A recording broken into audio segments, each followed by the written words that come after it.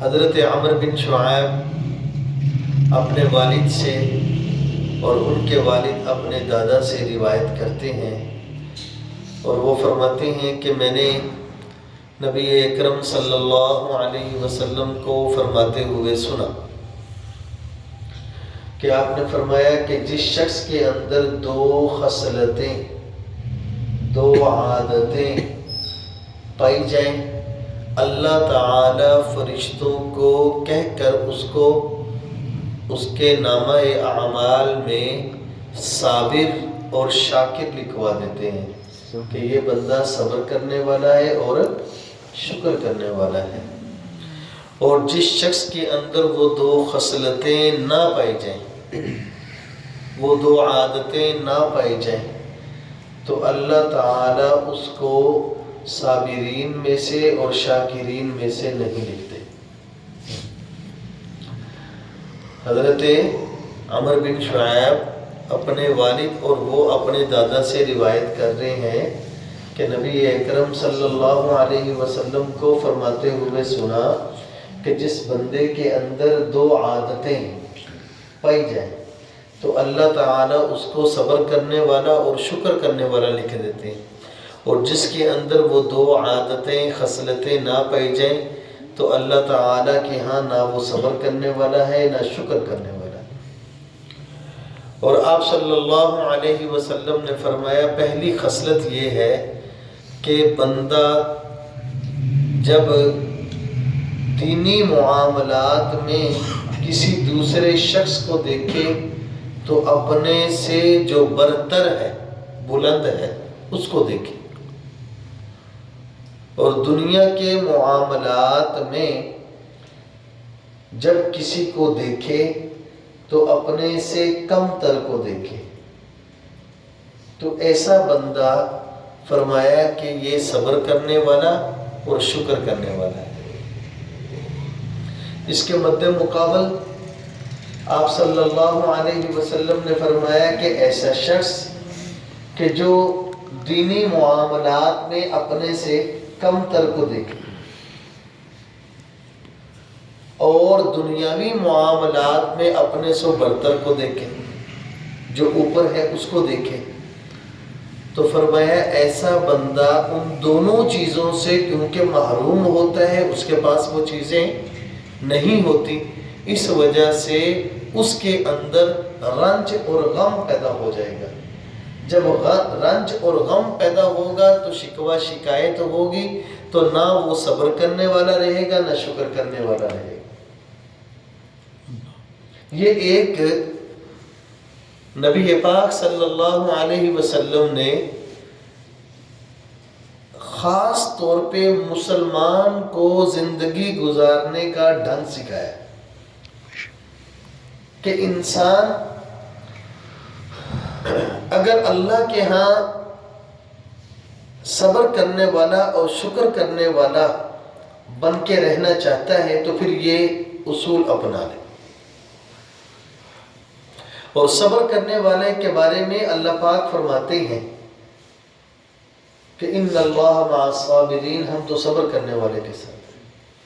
اور شکر کرنے والے کو اللہ پاک پسند بھی فرماتے ہیں، اور یہ بھی فرماتے ہیں کہ جتنا زیادہ شکر کرو گے ہم اتنی نعمتیں اپنی زیادہ دیں گے۔ تو جب انسان کے اندر صبر بھی نہیں، گویا کہ اللہ کی مدد اور نصرت اور تعاون اس کے ساتھ نہیں۔ جب انسان کے اندر شکر بھی نہیں، گویا کہ اللہ تعالی کی نعمتوں کو حاصل کرنے کی طرف وہ آگے نہیں بڑھ رہا، اللہ تعالیٰ کی نعمتیں بھی رک گئی۔ اور صبر کرنے والا اور شکر کرنے والا جو ہے وہ اللہ تعالیٰ کی مدد نصرت کو بھی حاصل کر لیتا ہے اور اللہ تعالیٰ کی مزید نعمتوں کو بھی حاصل کرتا ہے۔ یہ ایک سادہ سی بات ہے۔ اب ہمارے ہاں ہے کیا؟ ہمارے ہاں ہوتا یہ ہے، شیطان ہماری ہر رگ میں خون کی طرح دوڑتا ہے، اور وہ انسان کا سب سے بڑا دشمن ہے۔ اللہ تعالیٰ کی یاد سے، اللہ کی عبادت سے، اللہ کے احکام سے شیطان دور کرنے کے لیے ہر وقت لگا رہتا ہے کہ کسی طریقے سے میں اس مسلمان کو اللہ کی یاد سے غافل کر دوں، میں اس مسلمان کو اللہ کی عبادت سے غافل کر دوں، میں اس مسلمان کو اللہ کے حکم سے غافل کر دوں۔ چنانچہ ان چیزوں میں سے ایک یہ بھی، ان چیزوں میں سے ایک یہ بھی ہے کیا کہ اللہ تعالیٰ نے فرمایا کہ دینی معاملات میں اپنے سے اوپر والے کو دیکھو، تو وہ نیچے والے کو دیکھتا ہے۔ جب نیچے والے کو دیکھے گا تو وہ سمجھے گا میں تو بڑیاں نمازیں پڑھنا، میں تو بڑے نیک کام کرنا۔ اور دنیا کے معاملات میں اپنے سے اوپر والے کو دیکھے گا، جبکہ اللہ کے محبوب نے فرمایا نیچے والے کو دیکھے۔ وہ اوپر والے کو دیکھے گا تو وہ کہے گا میرے پاس تو موٹر سائیکل ہے، میرے پاس گھر ہے، لیکن میرے پاس گاڑی نہیں ہے، کار نہیں ہے، بنگلہ نہیں ہے، محل نہیں ہے، میرے پاس بینک بیلنس نہیں ہے، میرے پاس کاروبار نہیں ہے۔ جب اس چیز کو سوچے گا تو دل کے اندر رنج اور غم پیدا ہوگا۔ اب اصولی بات آپ صلی اللہ علیہ وسلم نے یہ فرمائی کہ وہ دینی معاملات میں اپنے سے اوپر والے کو دیکھے۔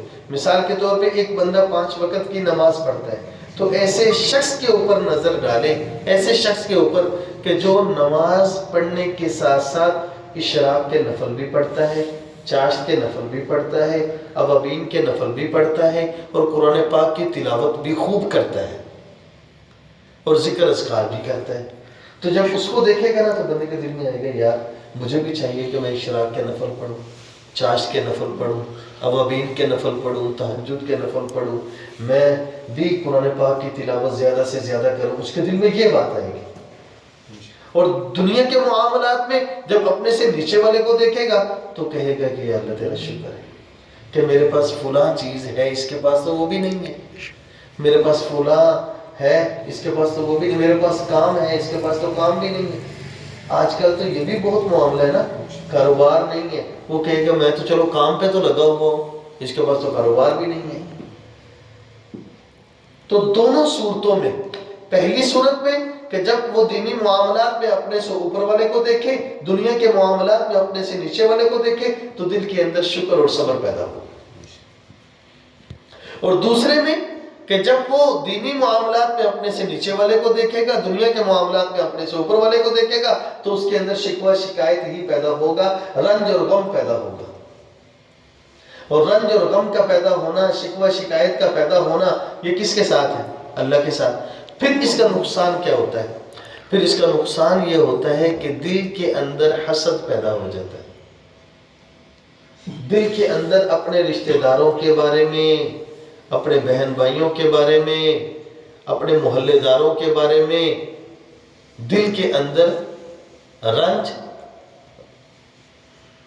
کے ساتھ ساتھ حسد، کینہ، بغض، یہ چیزیں پیدا ہو جاتی ہیں۔ اور حسد، بغض، کینہ یہ چیزیں عداوت کا سبب بنتی ہے، اور عداوت لڑائی کا سبب بنتی ہے۔